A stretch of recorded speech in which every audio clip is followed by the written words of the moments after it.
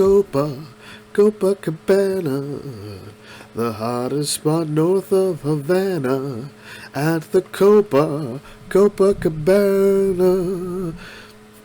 Hey guys, welcome back to the Budget Think Tank for the round of comic chat. So we've got 3 books today. We were actually super behind. So I was on vacation last week, but I already had some stuff put out to, keep things going. So there was no content last week, but our regular content sort of resumes now. So our first book is Adventures of Superman Jon Kent issue 4, and honestly, I'm not impressed. 4 issues in, and I don't quite get where we're going with this.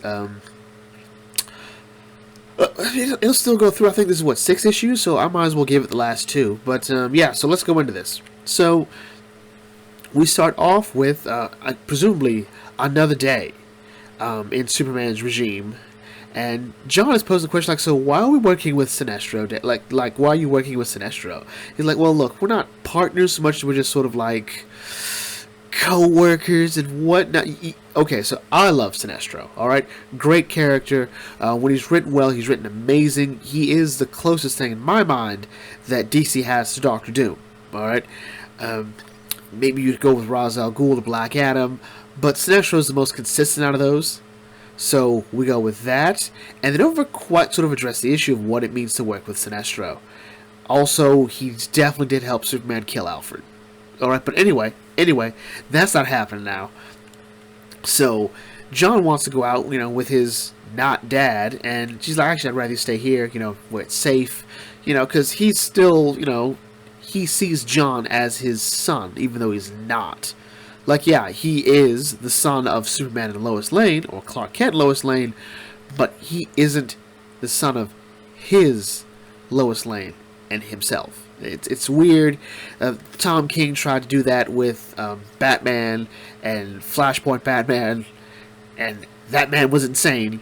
Flashpoint Batman. Tom King's not insane, he's just a whole other thing. But anyway, so they go off, and Jon's like, I need to figure out what's going on here, get some more info about exactly, what this regime is, whether or not Superman is on the right side here. Which is weird, because last issue he already understood that, hey, the reason everything's so quiet, the reason everything's so peaceful, isn't because, hey, a utopia has been reached. No, it's because they're under an authoritarian rule of Superman. Alright, he realized that people fear the symbol of hope on his chest. But whatever, so he's like, okay, Lex Luthor, alright, let's see what shadiness of Lex Luthor is doing. So Lex is helping the insurgency, as if you weren't reading Injustice, you wouldn't know this, but in the Injustice universe, while Lex is Superman's friend, like possibly his best friend, he's also helping Batman's insurgency because he realizes that Superman's on the wrong path here. So, what's he bring? The body of Ultraman, saying this guy came here to kill Superman. Alright, so he clearly had a plan, and apparently there's kryptonite in his chest. Alright, now, for those of you that don't know, Ultraman, in some stories, I think it's pretty much all of them, gets his strength from snorting kryptonite. It's weird, it's a thing, it looked hilarious in the pages of Forever Evil and Darkseid War. It is just golden watching him pretty much snort it like it's cocaine. But anyway, this is then interrupted by Jon going, well, Lex being Lex. And everyone jumps Jon, and Jon like, well, guys, I'm gonna hurt you. You guys need to stop this. You're gonna hurt yourself.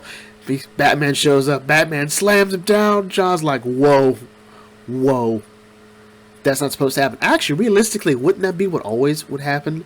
If Superman ever threw him, like Jon and Clark don't have the added weight that you would think would be with that impact. So, yeah, whatever. Anyway, so they all start beating up on Jon when he's down, which activates his solar flare thing, which means he's actually easier to beat now because he's exhausted. Or is that the solar flare?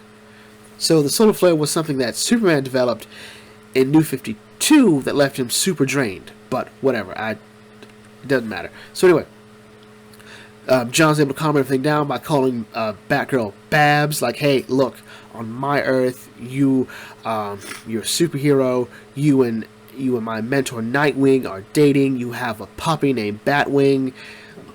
And it was like, okay, what's going on here? And he sees Alfred, like, okay, I sort of get what's going on here. Batman seems to get it, but there's also this weird sort of tension in the room about what's going on. So everyone decides to calm down, have some tea, and whatnot. And Lex explains what's going on. Yeah, look, I helped Superman, but at the end of the day, I know he's on the wrong side here, and I have to try to help bring him down. And then we have a conversation between Jon and Batman, and this sort of made me wonder, and maybe I'm the last one to get this, does Jon like Batman? So this issue here is about the death of Nightwing, which was a big issue in the early days of Injustice. The death of Nightwing accidentally at the hands of Damian, and this is the big splinter that splits up Bruce and Damian. Alright, it destroys their relationship. It takes a good long while for them to even be willing to talk to each other. Because ideologically, Damian agrees with Superman. But I think as long as Nightwing was there, the family would always be together. But the death of Nightwing, Batman does not talk to Damian after that. He tells him to get away from Nightwing's body, picks him up, and just leaves Damian in Arkham Asylum to be picked up by the Superman and his team. So Jon ultimately has no patience for this Batman, because in his mind this is always what Batman is, and I'm starting to wonder, how does Tom Taylor feel about Batman? It is Nightwing wrong. He does sort of emphasize like, hey, Nightwing's a better hero than Batman. I'm like, that's debatable. I think most people would agree to some extent, but did Taylor write Jon as someone who just doesn't like Batman but likes Nightwing? Like, he even calls Nightwing his mentor. I'm like, okay, I get. Look, I'm not going to go back and read more Superman, Son of Kal-El for you people. No, not for this low count. But anyway, whatever. So anyway, Jon goes off like, yeah. So I get it. Kal-El's on the wrong side here, so I'm going to fly off and get some more info. He then encounters Damian, who doesn't trust him. Jon's like, hey, look, you're my best friend. Like, no. On another Earth, we're best friends. Here, I don't know you, alright? Jon gives all the stuff he knows about Damian, which does not help. Damian is still just as paranoid as Batman, but he's also lacking in Batman's wisdom and common sense sometimes. So all he's hearing is, you've been spying on me, or you know too much about me. So he doesn't want to be friends with him. And I think Jon is sort of slowly realizing that, hey, this doesn't always work out. So Jon needs to find someone else he can trust, someone he can talk to. And he goes to possibly the most controversial person in Tom Taylor's tenure at DC, Jay Nakamura. Or at least this Earth's Jay Nakamura. And this Earth's Jay Nakamura has regular hair. Like, it's not pink, it's, we don't know what to make of this. So Jay talks about, well, first Jon like, hey, on my Earth we're a couple and whatnot, which to be fair is still creepy. Like, he's really hoping Jay's all right with this. So he's like, hey, okay, that sounds cool. And he talks to Jay, gets his opinion on things. There's not much nuance to it. Like, Jay doesn't give any sort of interesting perspective that I think would change anyone reading this. The idea is that primarily that Jon trusts Jay more than he trusts anyone else. So if Jay says, hey, Superman's on the wrong side, he's going to believe that, especially because Jay is not involved in the superhero community. So it works out. But there's also stuff like, the death of Black Canary and Green Arrow. That's a big deal. And ultimately, at the end of this, Jon realizes what side he needs to be on. Little does he know that if you go back just another page, Damian put a tracker on Jon. So guess who decides to go up and meet up with old Jay Nakamura? Damian Wayne going, what did you tell him? What did you tell him? And that's how the comic ends. Ultimately, Adventures of Superman Jon Kent is just sort of there. Like, I think I want to come out of this story seeing that Jon has a new perspective on things.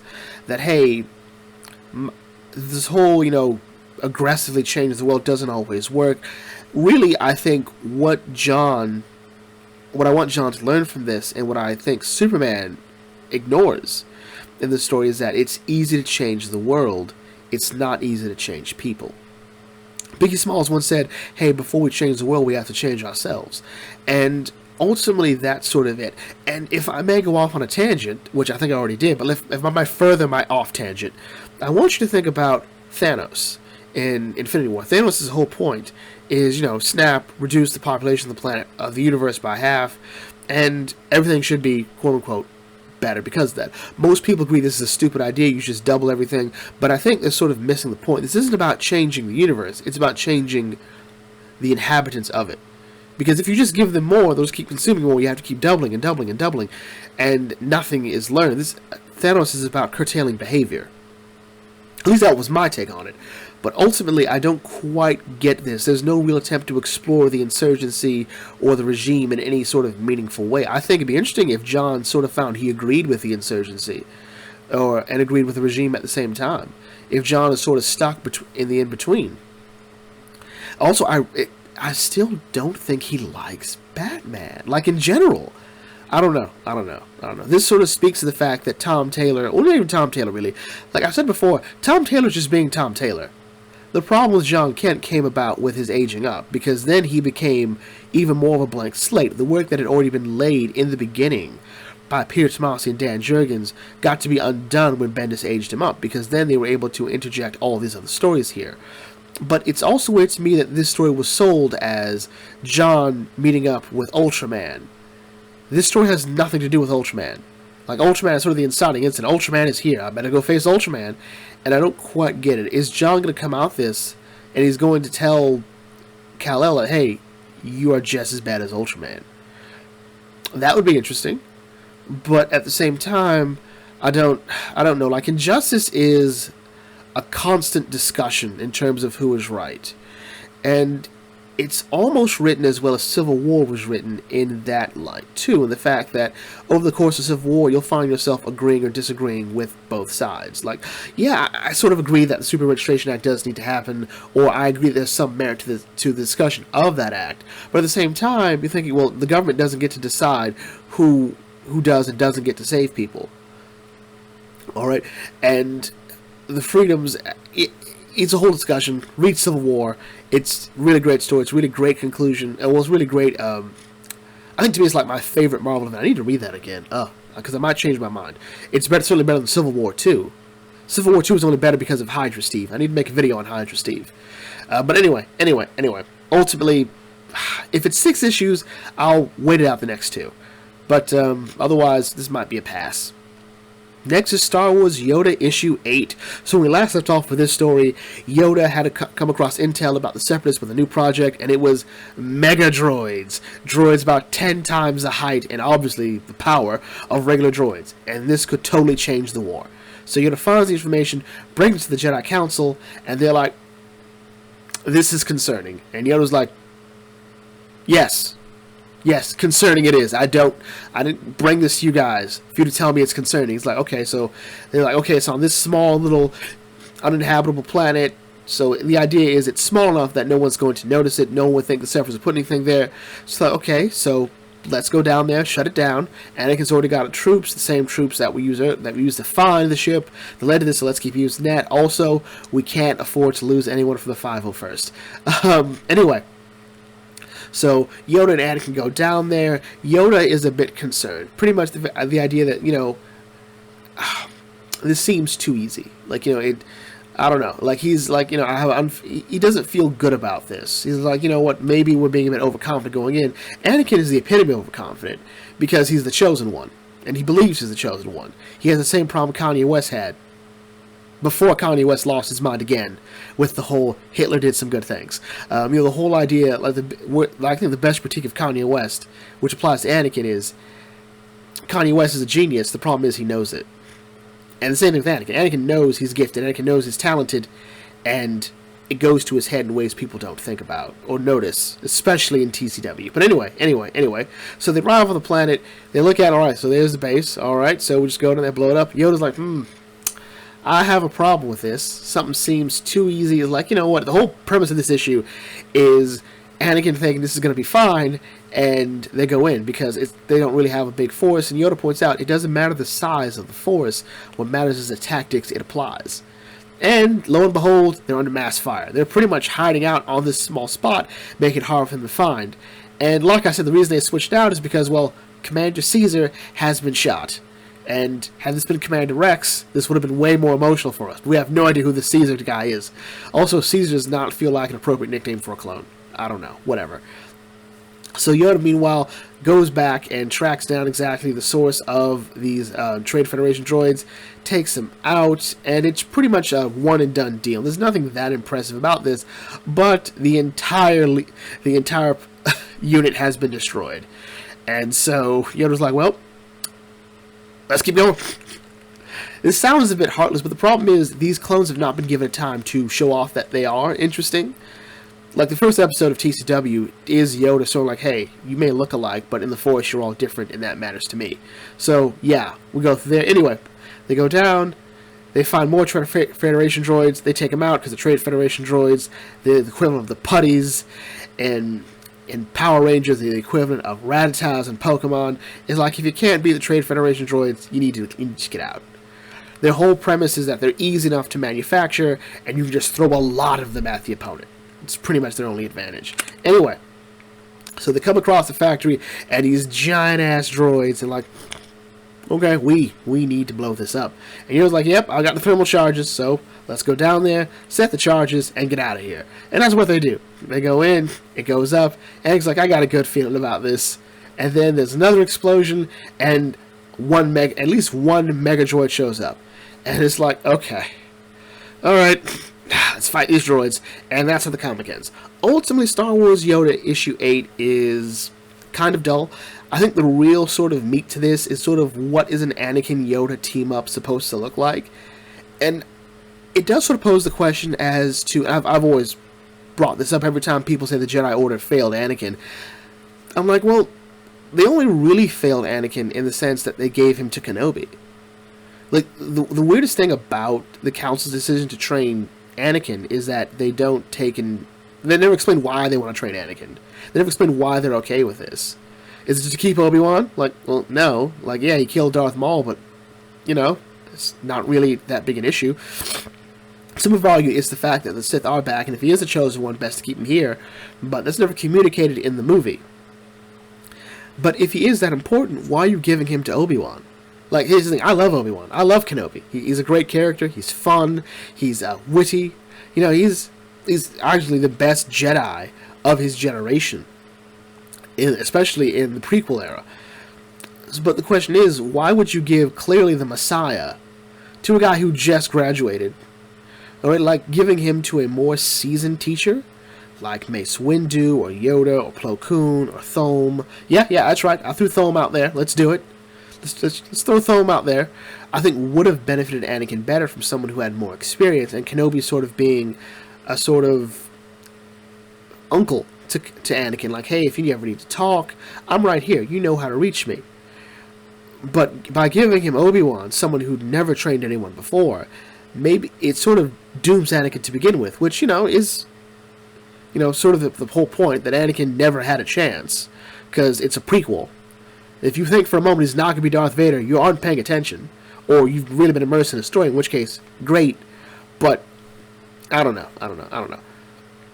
Overall, there was nothing that interesting about this issue.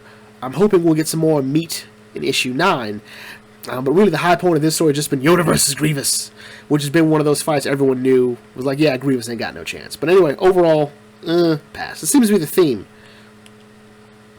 And finally, we have Shazam issue 2. So, if you recall, with Shazam issue 1, we saw Billy Batson sort of give the rundown of what it means to be Shazam, or the Captain, as he's called now, due to a joke that Mary and Freddie had.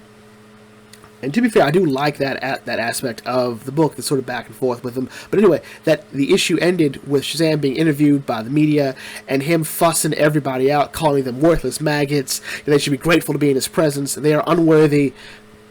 You know, it was weird. And so this issue starts off with Billy's family going, what the hell was that? Like, we're just yelling at people for? And first of all, I do not believe Darla would ever say the word hell. But the fact that Darla is saying it, to me, says everything about how dangerous this is. So, anyway, before Billy can really get a chance to explain what's going on here, it turns out Billy's being sued. So if you recall in the first issue, Billy helps some T-Rexes, you know, get into space. It was weird. and he used magic to throw this shuttle into space, and it turns out that's kind of illegal. So he has to fill out all these forms, and presumably he's going to have to pay some fines. He might even go to jail, which to me is stupid. Beyond stupid. Billy's like, this is really stupid, and he just sort of bails, like, you know what, I can't right now. And Billy and Freddy talk about exactly what's going on here.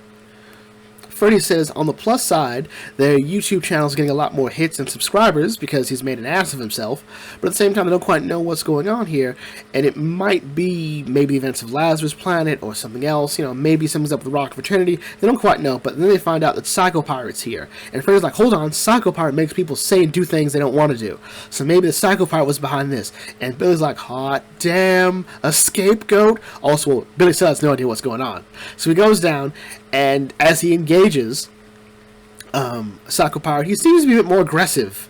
Like, he's redirecting stuff, damaging property in the museum, and he's like, yeah, I don't care, go after that. And so he chases him down to the subway, and he starts firing lightning at him. He seems a bit unhinged. He goes like, hey there, guy. And Psycho's like, no, you'll kill me. Like, so? And that's what sort of snaps Billy out of it. Like, what am I saying? He intersects the lightning, and is like, what's going on? He grabs Psycho Pirate and says, like, you need to undo what you did to me, alright? Because this is going insane. And Psycho Pirate's like, it wasn't me. Right, first of all, the mask isn't on. So it wasn't on when you fire that lightning. When that mask is off, whatever I'm doing stops working. Alright? So Billy's realized, hey, that means he couldn't have done it, because he's definitely not lying now, because he definitely thinks I'm going to kill him. So what's going on? And then, as Psycho Pirate's taken away, Billy tries to say, hey, thanks, I'm sorry about what happened at the museum. They don't care. In other words, Billy is burning more and more bridges, and he's sort of realizing that this happens whenever he transforms into Shazam. And so he's realized, like, hey, I'm becoming a problem. He's sort of becoming everything he stands against, and I like this happening issue too, but Billy sort of says, like, you know what, if this is what's the case, I will never say the word again. And that's how the comic ends. Ultimately, what I liked about this, outside of the T-Rex lawyer, which is gold, is the fact that Billy, in this moment, feels a lot like Batman in, what was it, Cold Justice? Where, in that story, Batman bribes his way onto a jury to convince everybody that Batman, as Bruce Wayne, Batman tries to convince everyone that Freeze is not guilty and that Batman behaved irrationally. In other words, Bruce held Batman to a higher standard, and whenever he is caught lacking, he wants to be held accountable for it, even if he has to convince an entire jury to put aside the fact, hey, Batman saved you, but hey, he's not infallible. Or he had to trash himself and put himself in a pretty vulnerable spot here. Billy is the same thing too. Billy Batson, at the end of the day, is just a kid who wants to do the right thing. That's kind of it. Like, he's been granted all this power, and he wants to use it to help people. And now he's becoming this sort of perversion of everything. It is mentioned that Billy as Shazam, or Captain Marvel, or the Captain, however you want to point out, the reason he looks the way he does is because that's how he envisioned his dad looking. So, in a lot of ways, Billy is becoming the dad he never got to have. Or he's being the person he thought his dad always would be. So now in this position where, hey, he's corrupting that idea. The image of a hero, the image of what he felt his dad was, is, or should be.